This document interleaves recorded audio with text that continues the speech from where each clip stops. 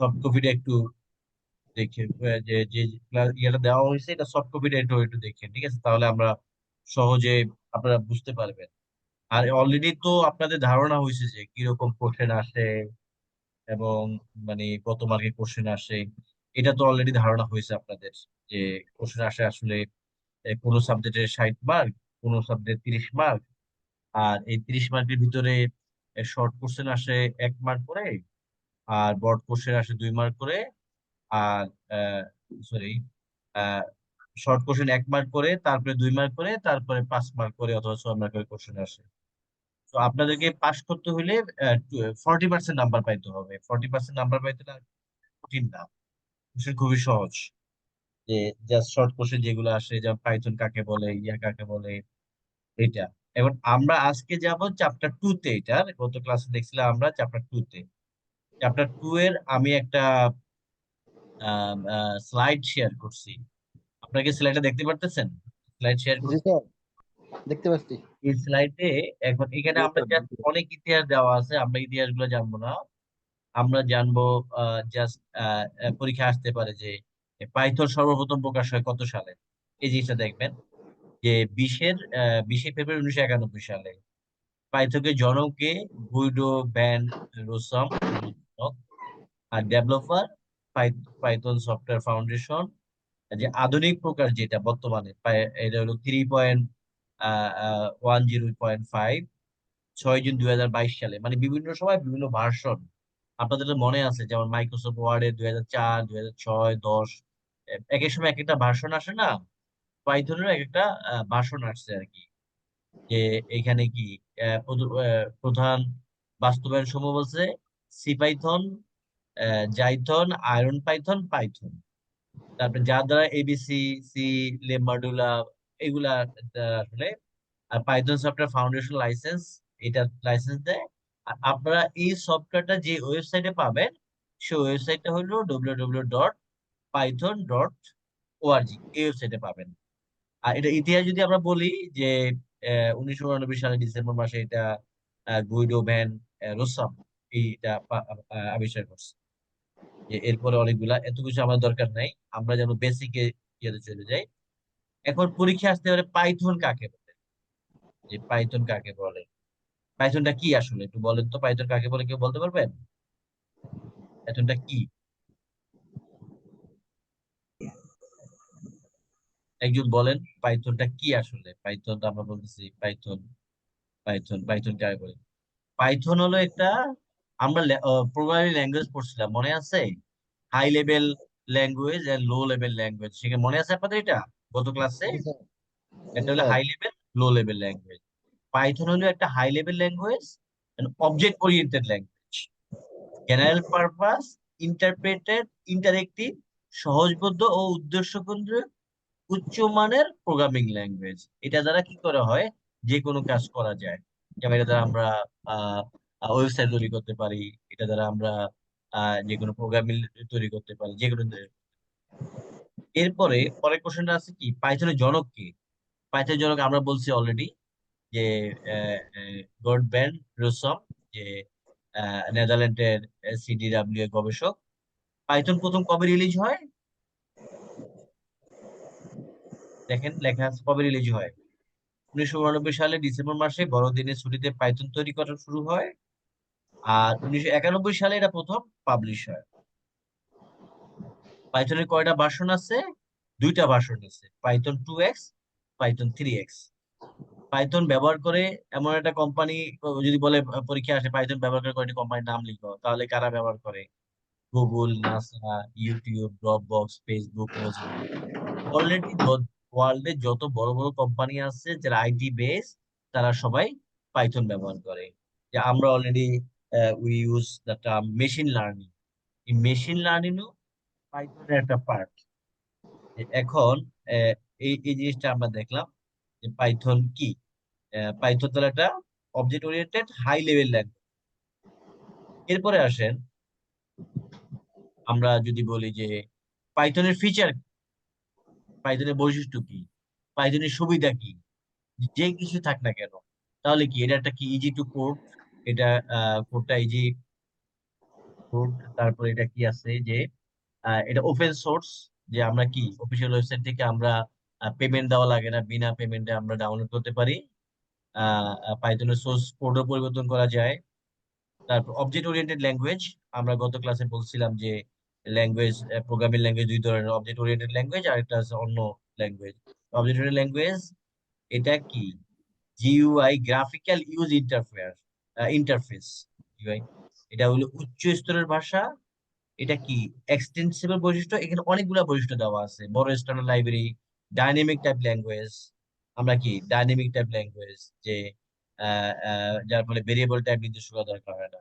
তাহলে এগুলো হলো কি পাইথনের বৈশিষ্ট্য। এখানে আপনি এর ভিতরে 3-4টা পড়লেই যথেষ্ট, 4-5টা পড়লেই যথেষ্ট। পাইথন কোথায় ব্যবহার করা হয়? অনেক কাজে ব্যবহার করা হয়। দেখেন পাইথন কোথায় ব্যবহার করা হয়, পরীক্ষা আসে যে পাইথন কোথায় ব্যবহার করা হয়, যে ওয়েব ভিত্তিক সফটওয়্যার তৈরিতে ব্যবহার করা হয়, অটোমেশন সফটওয়্যার নির্মাণে ব্যবহার করা হয়, মেশিন লার্নিং এ, ওয়েব পোর্টাল তৈরি, ন্যাচারাল ল্যাঙ্গুয়েজ প্রসেসিং। এগুলো তো পারবেন যে পাইথন কোথায় ব্যবহার করা হয়। এখন পাইথনের একটা আছে যে আইডেন্টিফায়ার, পাইথনের একটা ইয়ে আছে যে আইডেন্টিফায়ার এবং কিওয়ার্ড। আইডেন্টিফায়ার অর্থ হলো, বাংলা অর্থ শনাক্তকারী। এটি যার নাম মাধ্যমে পাইথনে ভেরিয়েবল, কনস্ট্যান্ট, আমরা পরে দেখবো এটা, ভেরিয়েবল কি, কনস্ট্যান্ট কি, মডিউল কি, ফাংশন কি, বা অন্য সকল অবজেক্ট আইডেন্টিফাইড বা শনাক্ত করার জন্য ব্যবহার করা হয়। যে এখন আইডেন্টিফাইড কি হয়, যে আইডেন্টিফাই এর জন্য এখানে অনেকগুলা নিয়ম আছে, যেখানে এ থেকে জেড অথবা এ থেকে জে, মানে স্মল লেটার আর ক্যাপিটাল লেটার, যে আন্ডার স্কোর দিয়ে। আচ্ছা, আপনাদের এখানে কেউ কোডিং পারেন? যে C++ কিংবা কোডিং কেউ কি পারেন? কিভাবে ওয়েবসাইট করে, যে আগে মানে ব্র্যাকেটের ভিতরে পারেন কেউ? পারেন? শফিকুল ইসলাম কোডিং পারেন? যাক, না দরকার নাই। স্যার। এই কোডিং না এর স্যার। সময়, সাধারণত আমরা এই যে বিভিন্ন জিনিস আমরা এটা প্র্যাকটিক্যালের সময় শিখবেন আপনারা। যে আপনাদের যখন পরীক্ষা হবে অত বেশি কোডিং জিজ্ঞাসা করবে না, জিজ্ঞাসা করবে এটা কোডিং লেখো, অথবা এই ওগুলা যেগুলো আসবে পরীক্ষা ওগুলো আপনাদের দেখায় দেওয়া হবে। যে এই কোডিং এর মাধ্যমে যে আন্ডার স্কোর দিয়ে কাজ শুরু করা হয়, আইডেন্টিফায়ার হয়। যে কোনো অক্ষর আন্ডার স্কোর কিংবা 0 থেকে 9 ব্যবহৃত হয়। মাই ক্লাস, যেমন BAR_1, মানে variable 1, end point, print underscore this to the string, এগুলো হলো এক্সাম্পল, মানে সব সময় আন্ডারস্কোর দিয়ে লিখতে হয়, আন্ডারস্কোর দিয়ে। যেমন আমরা পরে দেখাচ্ছি আরো, যে কিওয়ার্ড কে আইডেন্টিফায়ার হিসেবে ব্যবহার করা যায় না। যেমন গ্লোবাল আইডেন্টিফায়ার হিসেবে কিওয়ার্ড কে আইডেন্টিফায়ার হিসেবে ব্যবহার করা যায় না। পাইথনের আইডেন্টিফায়ার হিসেবে এই যে আইডেন্টিফায়ার হিসেবে যে আমাদের যে আহ, বিশেষ চিহ্ন যেগুলো, এগুলো হলো স্পেশাল স্পেশাল চিহ্ন থাকে আমাদের কম্পিউটারে, যেমন এটা $সাইন, এগুলো পাইথনে ব্যবহার করা যায় না। পাইথন কেস সেন্সিটিভ, অর্থাৎ এ, আমাদের ক্যাপিটাল এ এবং স্মল এ আলাদা অর্থ বহন করে। যে ক্লাস নেম যতগুলো বড় অক্ষর দিয়ে শুরু হবে, অন্যগুলো নামকরণ ছোট হাতের অক্ষর দিয়ে শুরু হবে। যে পাইথনের আইডেন্টিফায়ার শুধুমাত্র আন্ডারস্কোর দিয়ে শুরু হয়, তবে তার অর্থ হচ্ছে একটি প্রাইভেট আইডেন্টিফায়ার। যদি পাইথন আইডেন্টিফায়ার পর পর দুটি আন্ডারস্কোর দিয়ে শুরু হয়, তাহলে স্ট্রংলি প্রাইভেট। পাইথনের পর পর যদি আইডেন্টিফায়ার পর পর দুটি আন্ডারস্কোর দিয়ে শেষ হয়, তাহলে এটাকে বলে ল্যাঙ্গুয়েজ ডিফাইন্ড স্পেশাল নেম। এই জিনিসটা মনে রাখবেন আপনারা। এখন পরীক্ষা আসতে পারে যে হোয়াট ইজ আইডেন্টিফায়ার, লিখতে পারবেন না? করতে হবে, তাই না? লিখতে পারবেন যে আইডেন্টিফায়ার কাকে বলে। এরপরে ধরেন আইডেন্টিফায়ার। এখন পাইথনে আরেকটা আছে যে কিওয়ার্ড। কিওয়ার্ড কি, পাইথনে ব্যবহৃত কতগুলো সংরক্ষিত শব্দ কম্পাইলার নিকট হইতে, যাদের বিশেষ অর্থ রয়েছে এবং যাদেরকে কোনো ভেরিয়েবল, কনস্ট্যান্ট, ফাংশন, মডিউল কিংবা অবজেক্টের নাম হিসেবে ব্যবহার করা যায় না, সেগুলোকে কিওয়ার্ড বলে। মানে যেগুলা ব্যবহার করা যায় না, কি ব্যবহার করা যায় না? ভেরিয়েবল, কনস্ট্যান্ট, ফাংশন, মডিউল কিংবা অবজেক্ট নাম হিসাবে। যে পাইথনে কয়টা কিওয়ার্ড আছে টোটাল? 3.7 পাইথন, যেটা কয়টা কিওয়ার্ড আছে? 33টি। 33টা কিওয়ার্ড আছে, মাথায় রাখবেন। পাইথনে এগুলা কি, এগুলা আসলে কি, নাম হিসেবে মডিউল এগুলাকে ভেরিয়েবল, কনস্ট্যান্ট, ফাংশন, মডিউল কিংবা অবজেক্ট হিসেবে ব্যবহার করা যায় না। সময়ের সাথে সাথে কিওয়ার্ড পরিবর্তন হতে পারে, যে ট্রু, ফলস এবং নন ব্যতীত সকল কিওয়ার্ড ছোট হাতের অক্ষর, সকল keyword ছোট হাতের অক্ষরে, সেগুলো বানান যেভাবে আছে ঠিক সেভাবে লিখতে হবে। যেমন এই যে বানান যেভাবে আছে, শুধুমাত্র ফলস, নান, ট্রু, এটার প্রথম অক্ষরটা হবে বড় হাতের অক্ষরে, আর বাকি সবই ছোট হাতের অক্ষরে হবে। কারণ এই 23টা কিওয়ার্ড, 33টা কিওয়ার্ড আছে। এই কিওয়ার্ড কি ভেরিয়েবল হিসেবে ইউজ করা যায় না, কনস্ট্যান্ট ইউজ করা যায় না, ঠিক আছে, ইউজ করা যায় না। তাহলে এখানে আমরা কি পাইলাম? Identifier and keyword. যেমন এখানে কি আছে? ফলস, নন, ট্রু, এগুলো হলো কিওয়ার্ড। যে কিওয়ার্ড ট্রু ফলস হলো পাইথনের ট্রু ভ্যালু। এগুলো পাইথন অপারেশন বা লজিক্যাল অপারেশন, যেমন ওয়ান মানে, এগুলো আপনি যখন থিওরি পড়বেন তখন বুঝবেন। অ্যাসার্ট কাকে বলে এটা দরকার নাই, অ্যাসার্ট আমাদের ব্যবহার করা এটা দরকার নাই। পাইথনে ক্লাস কাকে বলে? পাইথনে নতুন একটি ইউজার ডিফাইন ক্লাস তৈরি করার জন্য ক্লাস কিওয়ার্ড ব্যবহার করো। জাস্ট এটা মনে রাখবেন, পরীক্ষায় এটা আসে। কিওয়ার্ড এন্ড আইডেন্টিফায়ারের পার্থক্য কি?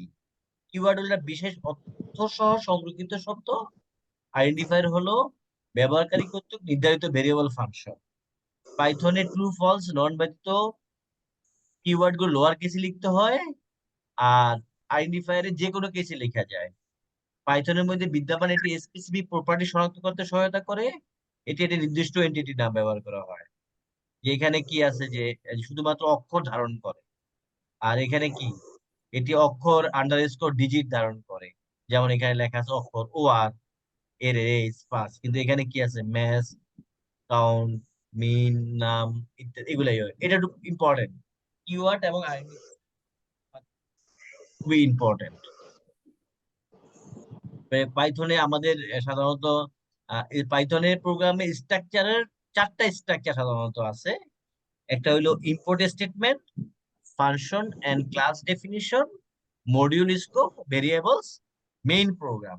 এই 4টা পাইথনে পাইথন প্রোগ্রাম স্ট্রাকচার উল্লেখযোগ্য অংশ। আরো অনেক অংশ আছে, বাট উল্লেখযোগ্য যদি অংশ পরীক্ষা আসে, পাইথন প্রোগ্রামে কয়েকটি উল্লেখযোগ্য অংশ লিখো, তাহলে 4টা লিখি যথেষ্ট। ইম্পোর্ট স্টেটমেন্ট কি? যে কোনো লাইব্রেরি, বলেন, কেউ কিছু বলতেছেন? কোন লাইব্রেরি ক্লাসকে প্রোগ্রামে ব্যবহার করতে চাইলে সেই ক্লাসটি বা ক্লাসগুলো যে প্যাকেজে আছে তা ইম্পোর্ট স্টেটমেন্ট হিসেবে ডিক্লেয়ার করতে হয়। যেমন ইম্পোর্ট র্যান্ডম, ইম্পোর্ট ম্যাথ, এই হিসাবে। ফাংশন ক্লাস কি? যাবতীয় ফাংশন ক্লাসকে ব্যবহার করে। মডিউল স্কোপ ভেরিয়েবল, যেটা পাইথনের এক্সটার্নাল লাইব্রেরিতে বিভিন্ন মডিউল আছে এবং প্রতিটি মডিউলে একাধিক মেথড আছে। যে আমরা এই অংশে আমরা প্রয়োজন যে কোনো মডিউল বা মেথডকে কল করতে পারি, এটা। আর মেইন প্রোগ্রাম হলো কি? আর মেইন প্রোগ্রাম মূল কোডিংটা লেখা হয়। প্রোগ্রাম ব্যতীত অন্যান্য মেথড ও অবজেক্ট গুলো এই সেকশনে কল করতে হয়। তাহলে পাইথনে আমাদের কয়টা ইয়ে আছে, যে কয়টা পাইথনের প্রোগ্রাম স্ট্রাকচারের উল্লেখযোগ্য কয়টা অংশ? পাইথন প্রোগ্রামে ইম্পোর্ট উল্লেখযোগ্য কয়টা অংশ? স্টেটমেন্ট, 4টা অংশ। যে 4টা অংশ কি কি আছে? যে import statement, function class definition, module scope variables, main program, এই 4টা অংশ আছে পাইথনে আমার। আচ্ছা, এরপরে এখানে আছে যে পাইথনে ব্যবহৃত line, margin, multi line statement. জিনিসগুলা কি? স্টেটমেন্ট হলো লজিক্যাল ইনস্ট্রাকশন যা পাইথন ইন্টারপ্রেট, রিড ও এক্সিকিউট করতে পারে। অর্থাৎ পাইথনে ব্যবহৃত প্রতিটি এক্সপ্রেশন একটি স্টেটমেন্ট। এক্সপ্রেশন হলো পাইথন এক ধরনের পাইথন স্টেটমেন্ট, সেখানে নাম্বার, স্ট্রিং, এই যেগুলো। লাইন কি? লাইনটা আমাদের গ্রেটার দেন অথবা লেস দেন সাইনে ডানে প্রতিটি স্পেসকে লাইন বলে। মার্জিন আছে পাইথনে, মার্জিন বলে ইন্ডিটেশন। এটি কোডের আগে স্পেস দেওয়া বা খালি রাখাকে বলা হয় ইন্ডিটেশন। যেমন এই যে কোডের আগে একটা স্পেস দিছে অথবা খালি রাখছে, উপরের কোডটা কিন্তু ভুল, কারণ উপরে প্রিন্ট আনসার, প্রিন্ট ট্রু, এখানে অল প্রিন্ট, কিন্তু এটা ভুল। একই লাইনে হইতে হবে সবগুলো। দেখেন নিচেটা ঠিক আছে, আপনার পরীক্ষা দেখাইলো যে কোনটা ভুল, বুঝতে পারবেন কোনটা ভুল কোনটা ইয়া।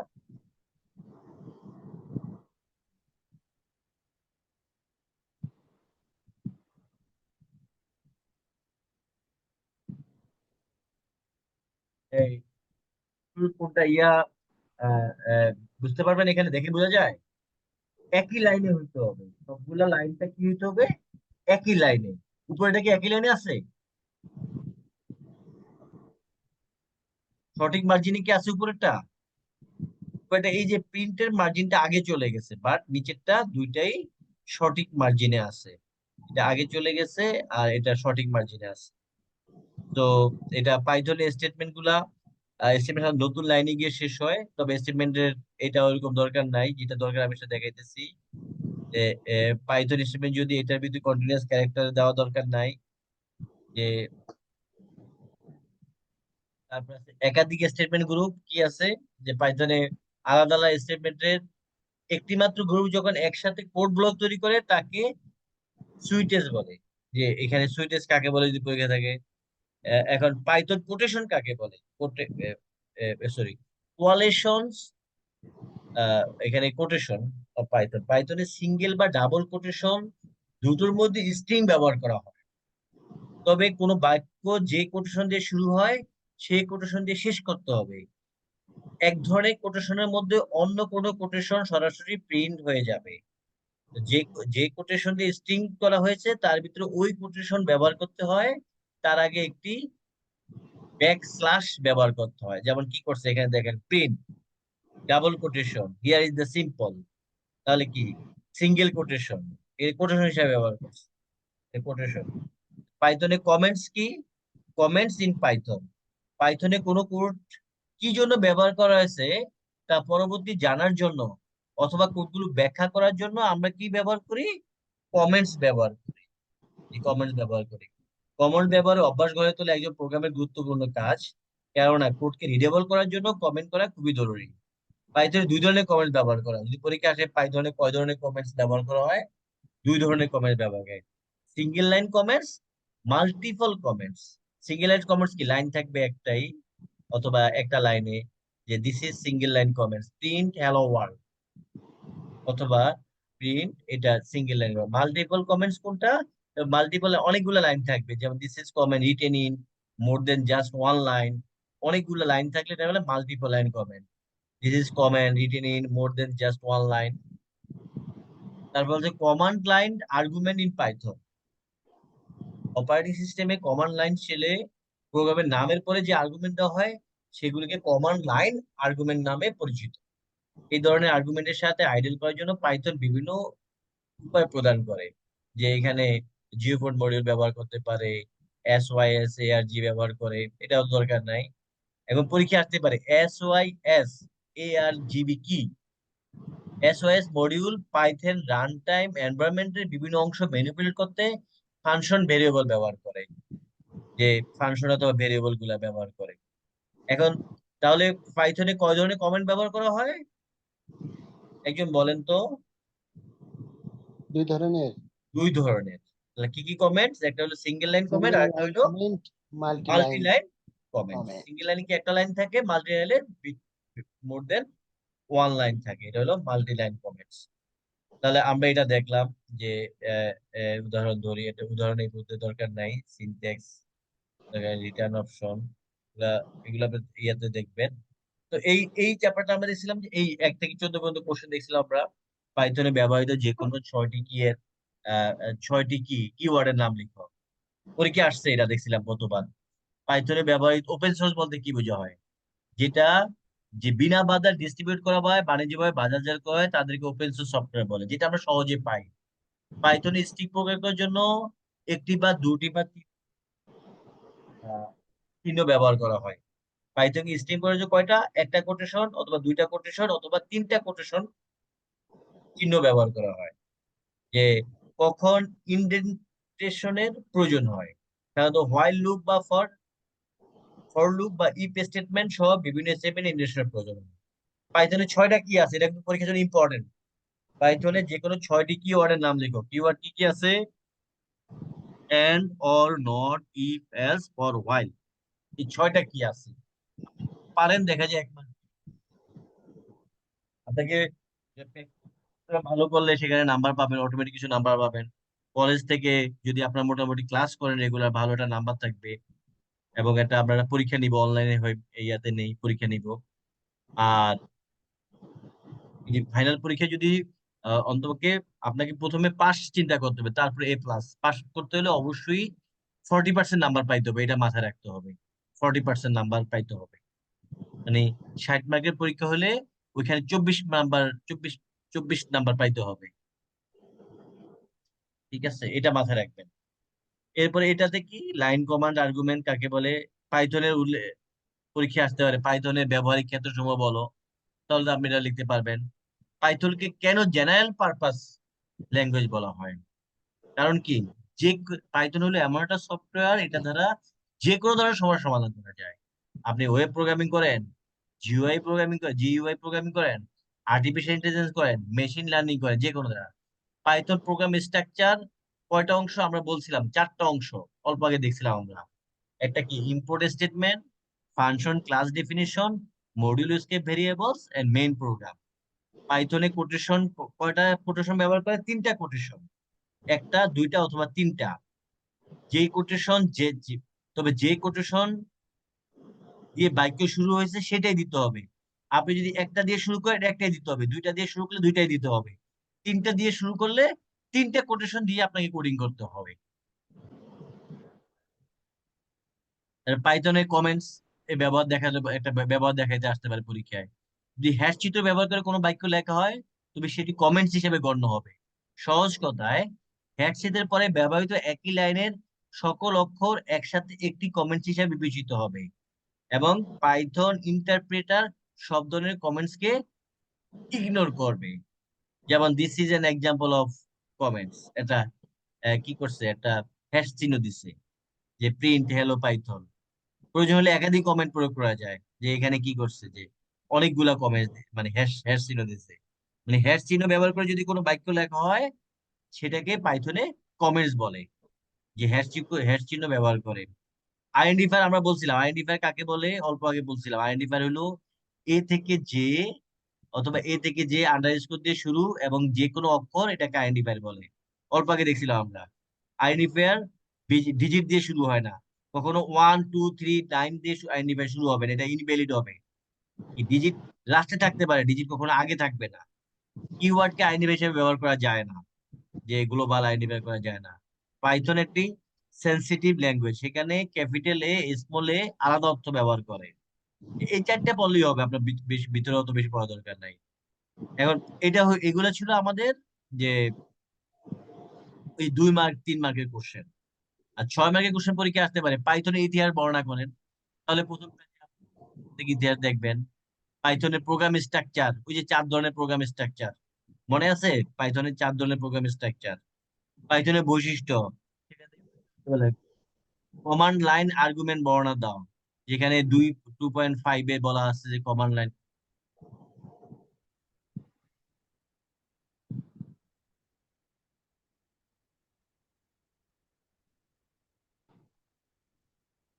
এখানে 2.5 বলা আছে যে কমান্ড লাইন আর্গুমেন্ট।